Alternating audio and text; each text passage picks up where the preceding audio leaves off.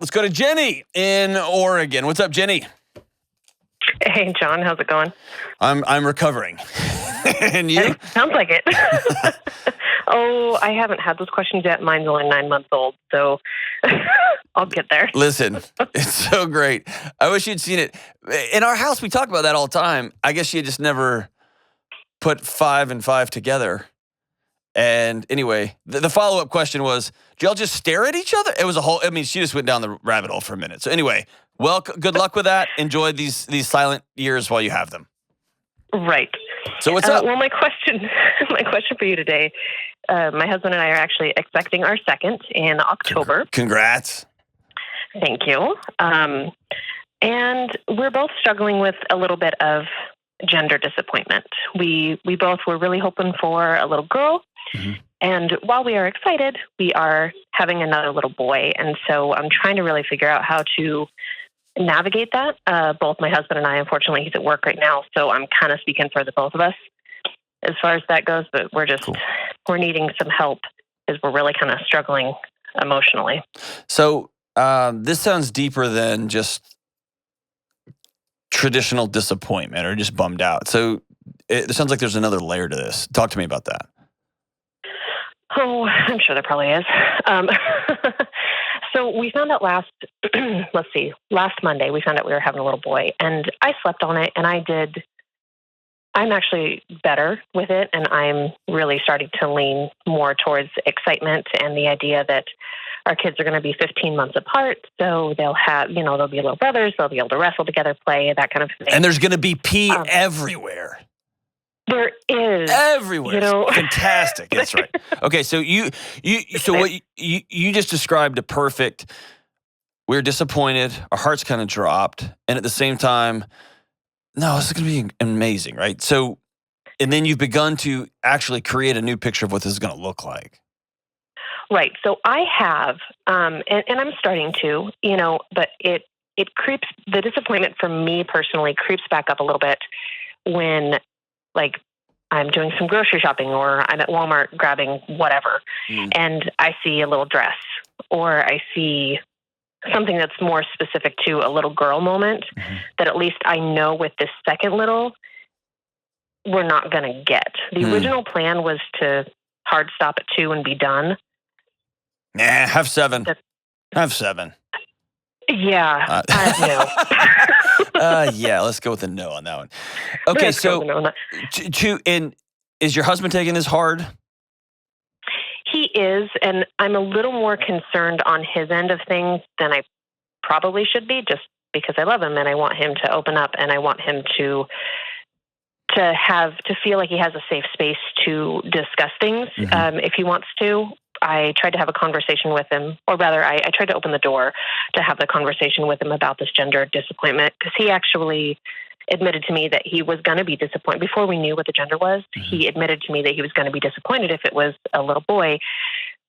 We went on a road trip this past weekend, and my first question to him was, do you have the capacity to discuss gender disappointment on this trip? He said he hadn't really even had a chance to process it yet.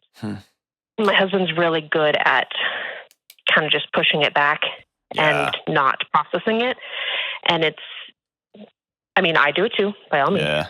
I've just learned over the past couple of years through my counseling how to process it a little sooner and go from there. And I'm a little concerned that he's not going to be able to process it the way that he needs to. And I just don't want him to hold on to that disappointment. And I don't want it to sneak up on me either every time I see it. Cute little pink dress. Right. So a couple of things here. One is he's lucky to have you. And let me back out. So ultimately here, you guys created a picture that picture's the positive way I can say this, okay? And then I'll give you the negative in a second. You created a picture of a life that had a little boy and a little girl in it, right? And suddenly you start to dress that picture up figuratively and literally, right? You put clothes on that picture. You put little adventures on that picture. You put hugs on that picture, all those things. And then if you're like me, I can fast forward 20 years real fast, right? Like me, I'm going to sweat the guy out at prom, and I'm going to all those things like that happen, right? I can go way down the road husband there. was picturing cleaning the guns on the first date. All that fun stuff, right? So we can do that. The not nice way to say that is y'all created a fantasy that wasn't real. And now what you have permission to do, if permission granting is something I can do on a podcast, you're allowed to be sad about it. Just be sad about it. Like, we thought this was going to look like this, and it's not. And it's going to sound like a harsh word. We're going to grieve it. We're going to openly state out loud, we wanted this to be the case, and it's not. If you don't, your body will continue to try to solve for that picture, that original picture that you painted together. And the person who will bear the weight of that will be your new baby boy, your son, right? And that's what I'm worried about. So here's a couple of things. The plans were a fantasy, but they were plans nonetheless. So what I want y'all to do is this idea, like, well, I haven't really processed it yet. You're not going to unless you start speaking about it. You've heard me say a million times, grief demands a witness. You got to say it out loud in front of somebody else. And so I would love for you to, and this is going to sound ridiculous, this isn't a funeral, but I would love for y'all to have some sort of marker ceremony where you speak out loud. Even if it starts with you telling him, hey, I talked to this guy and he said, we're allowed to be sad for a minute. We're allowed to be bummed out about it. And by the way, you might be 25, your son might be 25. And you walk and see a girl in a cute dress, and you're like, I never had a daughter. That might always be there. It's not a bad thing. You don't need to avoid that. By trying to avoid it, you're going to end up cutting yourself off from your friends that have little girls. You're going to end up being annoyed when your son brings home a little girl and wondering why, right? So acknowledge it. Yeah, man, that would have been awesome. I don't have that. And then be on about your day. You hear what I'm saying? Mm-hmm. I would love for you to have some sort of ceremony that says, all right, we're going to go on a road trip together. We're going to get some time together. We're going to sit down and be honest with each other about how we feel. This thing hurts. This is hard. I had a picture of this. And then in short order, and this is important, y'all have to be about making a new picture with this little boy in it like you're doing. And you got to do that together. Okay. And I would push him on this, your husband, until he tells you the words, I can't handle this right now, please stop. I would say, I want to have this conversation. And you go first setting the rules. We're allowed to say that we're sad. We're allowed to say we're pissed off. We're allowed to say we're frustrated. We're allowed to be upset at our little boy for not being what we wanted. We were allowed to do that. And then we're going to put a pin at the end of that. We're going to put a period at the end of that sentence. And then we're going to start writing something new. Is that fair? Yeah, absolutely. Cool.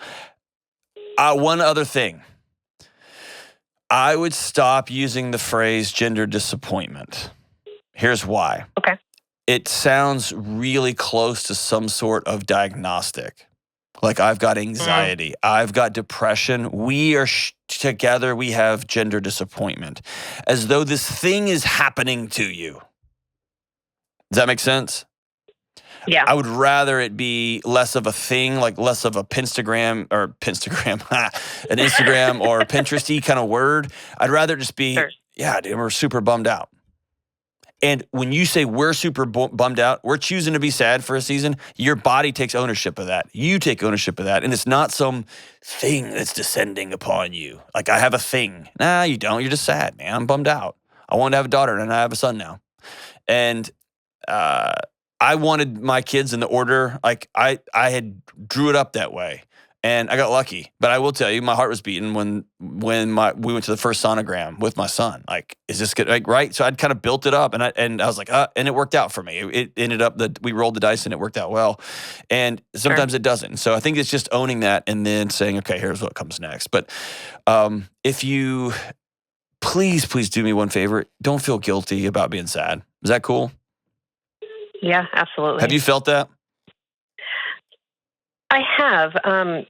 It's more of, I'm assuming it ends up being the same, but it's more of, I'm afraid that I'm going to treat this pregnancy differently, or the outcome differently, because I secretly wanted, or not so secretly, wanted a girl versus a boy. And, and I know that that's not fair to my unborn son.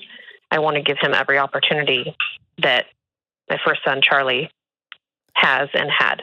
Yeah, and I think you will. I think the important thing is to shift the disappointment towards the fantasy, towards the picture y'all had, not towards the kid. And that's the marker there. So we had this picture. It's not going to happen. I'm going to be bummed out about that. And now we're going to create something new. And I'm going to look at this little knucklehead and just be completely in love with this ball of chaos that's coming our way. But again, all that starts with being honest with yourself, saying it out loud, owning it, and then being able to say, okay, what comes next? What are we going to do next? But man, Jenny, for whatever it's worth, you're right where you need to be. And your both little boys are going to be lucky to have you, and your husband's lucky to have you. Let me know when he's born. Send us a photo. Can't wait to cheer you on, man.